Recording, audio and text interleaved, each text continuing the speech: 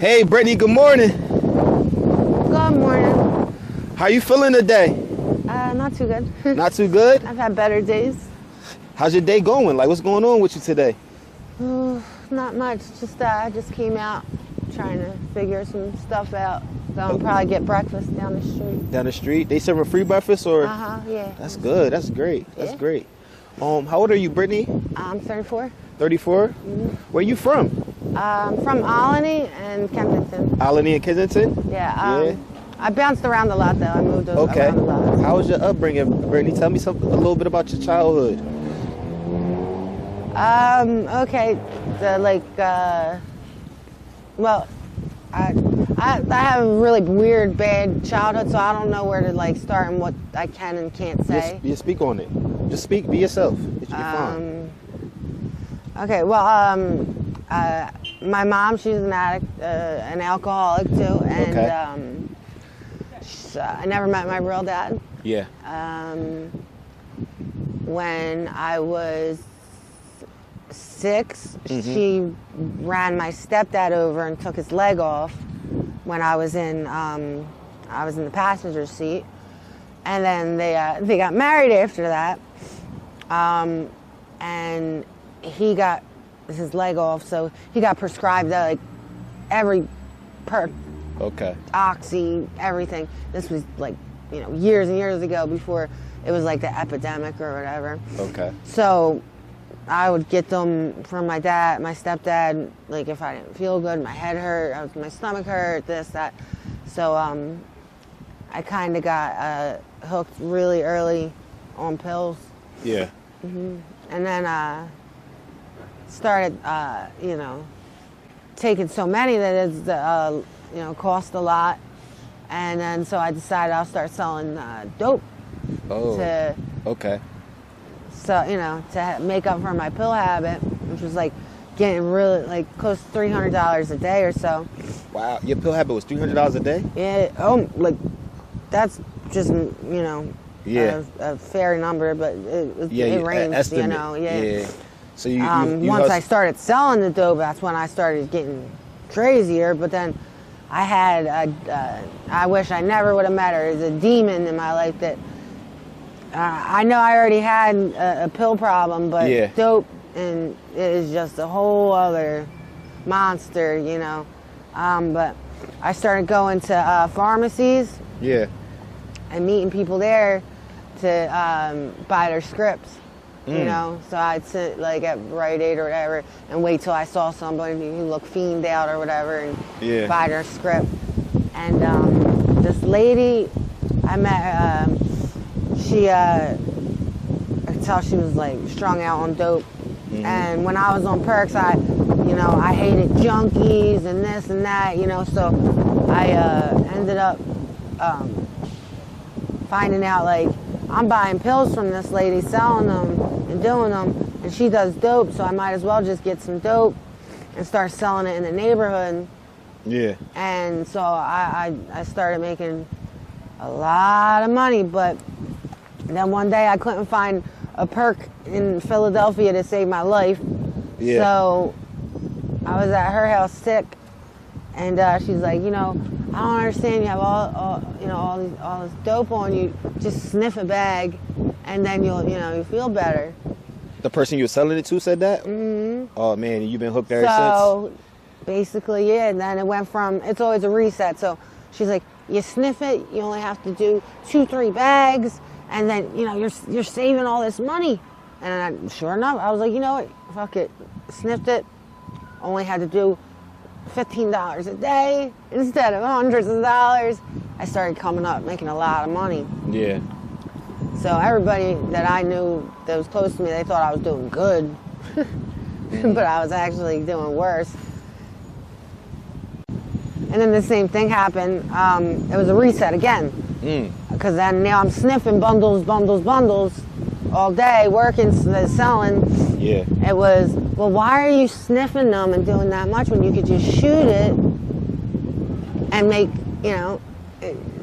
save your money again, make more money. You only shoot a couple bags a day. Is this the same lady that was giving you advice? Oh, it was man. the same reset. You save so much more money, and so then I started shooting it, you know. Oh, But man.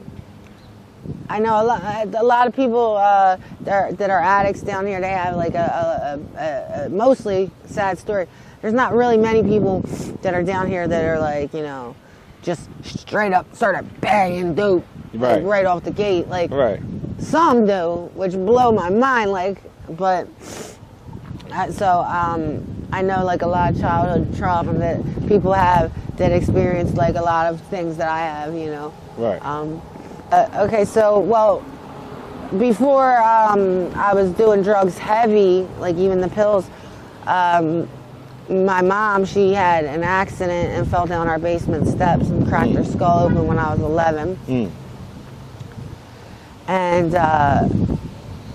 so I have one older brother. Yeah. And he was 15 at the time, and so he's a monster. He's a drug dealer, and we grew up in, you know, a really tough area in Albany, you know, so he was a really big player out there that, you know, started doing a lot of bad things. And so I, at 11, started working at a pizza shop, and I didn't go into a group home. Me and him just stayed in the house that we were at. Yeah. And, yeah, so then after that, he got into a lot of trouble. Like I said, he did, you know, the street, how it is, the drug world, you know. I won't get into detail with that, but we had to leave. So we moved out of state. I lived in all different states. I lived in New York, Nebraska, Iowa. I lived in Jersey for a little bit. Okay. So I bounced around with him. And we were always really, really close, and really weird because it was like I was his mom and he was my dad, you know? Yeah. We had a very close Took care of each relationship. other. We took care of each other. But when he found out that I did dope, you know, I told him I was selling it, and he was fine with that because, like I said, I started making a lot of money. He was like proud of me, you know, like yes, you know. He was like, damn, can I get, you know, your cutties? Like, can I get in it? Right. And thought everything was all right, but he found out because I OD'd in his living room, and that's how he found out that I did dope, you know. So it was really hard for him. Ever since then, his respect for me is gone. Really? Me and him are not really close anymore. Did he try to ever help you though? You know? Oh my God, his help is real help, and it's horrible because what he does is he throws me to the wolves, like snitches me out on shit to get help. Like jail type thing? Yeah. Oh wow. Calls cops on me. Calls my job. Tells them I'm strung out. I'm doing dope. But the whole time he's really trying to save you though, right? Exactly. He's being a monster, but he's not being a monster. Yeah. Calling welfare fraud on me, saying I'm selling my food stamps. Oh man. Like, so little things like that, but it all comes from like the right place. It's just like a weird way, I guess. But it's smart. Yeah. But it never really does work because I'm still out here, so. Yeah. I want to get clean. I don't want to do this shit no more. That's gonna be my next question. But I've been trying to. You got any clean time under your belt? Yeah. Only in jail? Off and on. No, I had some clean time from jail. Okay. But I went to a few rehabs myself. Okay. You know, but it's the sickness. It's sad. It's hard. It's tough. I like to consider myself like a tough person, but nope. This is hard, right? It's very hard. Like, if I'm that tough, I wouldn't be scared to be sick for like a month. You know what I mean? Like, if I was that tough. You got any kids? I do. How many? 2. 2 of them? 2 boys, yeah. How your relationship with your sons? Well, horrible now because of everything that's happened. He called DHS on me. Oh, wow. You know, another one of those like throw me to the wolves to save me, which the first time he did it, I got clean, got my son back, worked, did all the right things. I had 2 years clean time. And then That's a little stretch right there. yeah, but then, you know, bad things happen, use it as an excuse, started getting high again. And then, so the first time I was, you know, there was no way I was going to let nobody take my kid. Like, right. I thought I went to jail. Right. But when I came out, I went to DHS. I did everything they told me to do to a T. I got my son back. And now he did it again when I relapsed. The most recent time, he called DHS, called welfare, and told them that I was selling my food stamps and that I didn't have medical. Well, no, what happened was he told them I was selling my food stamps, so they shut my medical off and my food stamps without investigating on me and my son.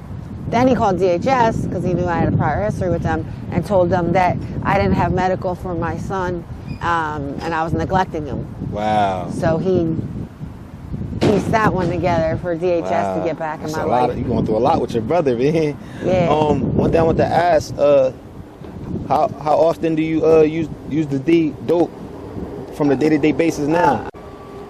The dope now is not. It's a lot more expensive. Like, really? It was actual brown dope years ago when I first started. Yeah. And they were $10 bags. Now it's fentanyl. They're $5 bags, but it's mostly garbage. Everything around here is mostly not even drugs. It's mostly psych meds, benzos. Like I've been hearing a few about friends this. of mine go into hospital, Yeah. they get toxicology, whatever, and they find out they don't even have no fentanyl in their system. Dang. I It's know. all experimental stuff, huh? Exactly. Tranquilizers from animal tranquilizers. So I don't really understand. Like, I'm sick all the time. Right. I'm barely well, but I'm spending all my money. And it's that the dealers, they learned a better way to get more money. So, yeah, something very addicting to keep y'all coming back. to keep me coming back and to, you know, basically, even if it is fentanyl, it's a 20-minute high. Yeah. And then you're back to trying to get more. So it's a lot, and it's something that I just really, really wish that I would have never, ever been around or touched, or at least had guidance besides my brother, because he wasn't guidance in the sense of like, he was guidance like don't touch no drugs. Yeah. But he wasn't guidance in don't sell them, don't make money, you know. So that's kind of it, you know. How do you fund for your habit? Stealing from stores, you know, around here. Okay. Sometimes, but mostly up in the counties, which is a little scary because it's easier, but it's more time if you get caught. So it's easier. What would you tell the youth out here that's getting high on drugs, running the streets, stealing and stuff? What advice would you give the kids? I would give them the advice of stay away from all drugs because it's a monster. You don't want to be sick every day of your life. It is a disease. It's like having cancer. It's like having some sort of, you know, disease that eats at your body and your heart and your soul. It's a monster, and I wish I'd never touched it. So I would hope nobody else would, and I would always make sure that nobody I knew would touch it. Okay. You know. Brittany, I would like to thank you for your time. You've been wonderful for us. Thank you for having the courage to tell your story. Yeah, thank you for you know, asking me. And hopefully in the near future, you in one of them rehabs. I hope so. Getting yourself back in order, you know, because you know this. You already know this ain't the life to live. No, it's you know, I think you should get in contact with your brother, because even though it's tough love, you could tell that he care about you. And I know if you tell him that you're ready. I know, I hide from him now. Yeah, get in touch with him off camera. I'll give you some resources too if you want to utilize that. But reach out to your brother, man, and tell him that you're ready to get up out of this lifestyle, you know? Thank you, Brittany. Thank you. Let's join All Time Media's Patreon for exclusive content and behind-the-scenes content and face-to-face live video chat. Thank you, guys. The link is in the description below.